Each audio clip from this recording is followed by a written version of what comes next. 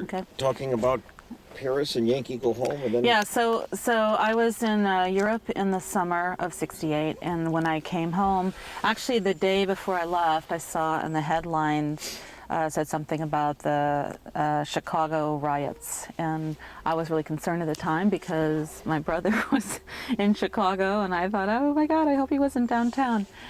But I remember there was a lot of turmoil because there was a lot of unrest. People were really explosive and upset, and they wanted changes, and they couldn't see them happening. And we kept going more and more into a hole when people wanted a change, and they didn't know how to make that happen. So in a way that kind of started, I think, the whole idea of the protest in this country, that people just decided that they could make changes if they took changes, and really made their point very strong. So as it ends up, I think a lot of things were kind of suppressed more at that time, and I think, as I recall, there was a lot of, I don't know what the word is, but they were monitoring everybody because there was a lot of fear, I think, with the government. So they were monitoring, I think, various groups and students and people and individuals because they wanted to know what was happening. So I think the more they did that, the more people pushed back. And so people realized their power and their voice at that time, and they decided that they really wanted some changes. So anyway, hi, I'm on video. yep, we're recording now. We're on TV. Yeah. Anyway, so I really was grateful for that time because of some various friends who had either lovers or husbands or brothers, whatever, over there. Did affect me, and a couple years later, as I went to school, some people I talked to, they said, well, we just were stoned every day, and so a lot of people picked up some drug habits when they were over there, and I guess they figured if they're going to lose their life, they might as well enjoy it. So I think that's how a lot of the drug thing got going, because a lot of people actually started taking drugs from going to Vietnam, which was kind of interesting. What's happening in your high school? My high school was an all-girls high school, so there's just some people who had brothers or lovers who had gone over there, and you'd hear here and there about somebody dying, losing their life or losing a limb or something. But it was kind of more muted. There wasn't, a real lot that we became aware of, just if you heard about somebody who had some relation who was over there. But one thing that was interesting, a couple of years after, when I went to school in the '70s, I did get some kind of like reflection back on that, and I think that the explosion from that '68 thing, it just built and built and built until about '70, '71. Then when they had the shooting at Ohio State, that really was to me like the crisis level got to an explosion, when people really said, this is it, we've had it. And it was interesting just to see how things kept building up.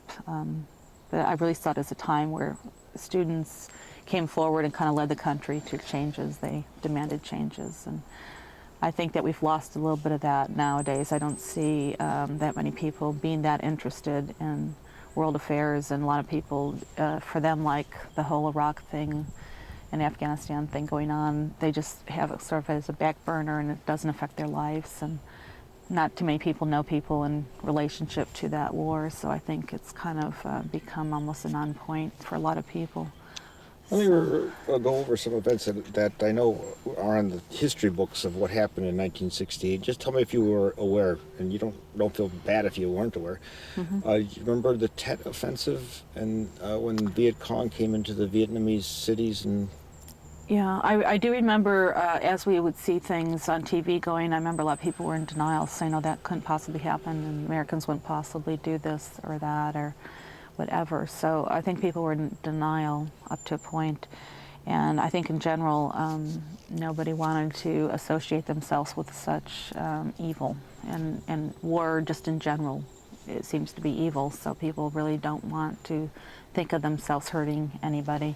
But I think that it was really difficult for the leaders at that time to find a graceful way to get out. And I'm sure that they realized that they couldn't find a way out really constructively. They had to just basically take their losses and get out, and it came to that, I think, in '69, as I recall. you remember LBJ, Lyndon Johnson? Yeah, I think Lyndon, from what I understand, was extremely depressed, and he really got tubed about the whole affair. That he kept on with the policy, And I think they kept going and going and expanding it and realizing they were getting more and more in the hole. So from what I understood, it just got to a point where the people had to rise up and just demand that this craziness stop. And that's what I remember about the time, is that people just did that. You remember the presidential campaign, Eugene McCarthy and Bobby Kennedy and Richard Nixon? People had a lot of hope with Kennedy. They thought that things were going to change and that the Kennedys were going to do something to bring more social justice and human rights to America. And people individually took more responsibility and felt like they had to do something to make changes. And so I think did you yourself pay any attention? Did you listen to speeches, or did you talk about it? Or? I would listen. I've always been interested in the news, and I'd listen to little segments here and there. At the time, I think most people who were in their teens were kind of interested with the music industry, the British explosion. Yeah, I mean, it was after the Beatles, and all these great groups came out of England, and a lot of youth were really very connected with the music. And so a lot of our attention in our life kind of evolved around that. And of course, the folk music era was so strong at that time. I love folk music to this day. It had music with a statement and with a meaning. And that's what people wanted, was to have a meaning to their music. So I think in a lot of ways, I'm really grateful I lived in that time. I think it was the greatest music through the 60s and 70s. And what songs, what artists? Well, the first one that comes to mind, of course, is Bob Dylan, Joan Baez. Peter, Paul, and Mary had some great stuff. And I mean, everybody loved the Beatles or the Rolling Stones. I particularly was not that connected with the Rolling Stones, but I really liked the Beatles stuff. And I used to listen to Herman's Hermits and a lot of things from England. But I think the social justice type songs, and I think it started with the Letterman and the things, 50s to 60s, people started liking to have music with meaning. And in particular, what stands out to me is Crosby, Stills, Nash and Young, who had a lot of sort of Vietnam type songs. And people really felt strongly that, they could make a difference and they should make a difference. And I think that's the big thing. A lot of times now, people I meet, they just aren't, a lot of them very connected, and I don't think that they feel like they have any power. And I think people just need to realize that they do have the power to make a change. They just have to go for it. That's it. Okay. Well, good. Chris is here, and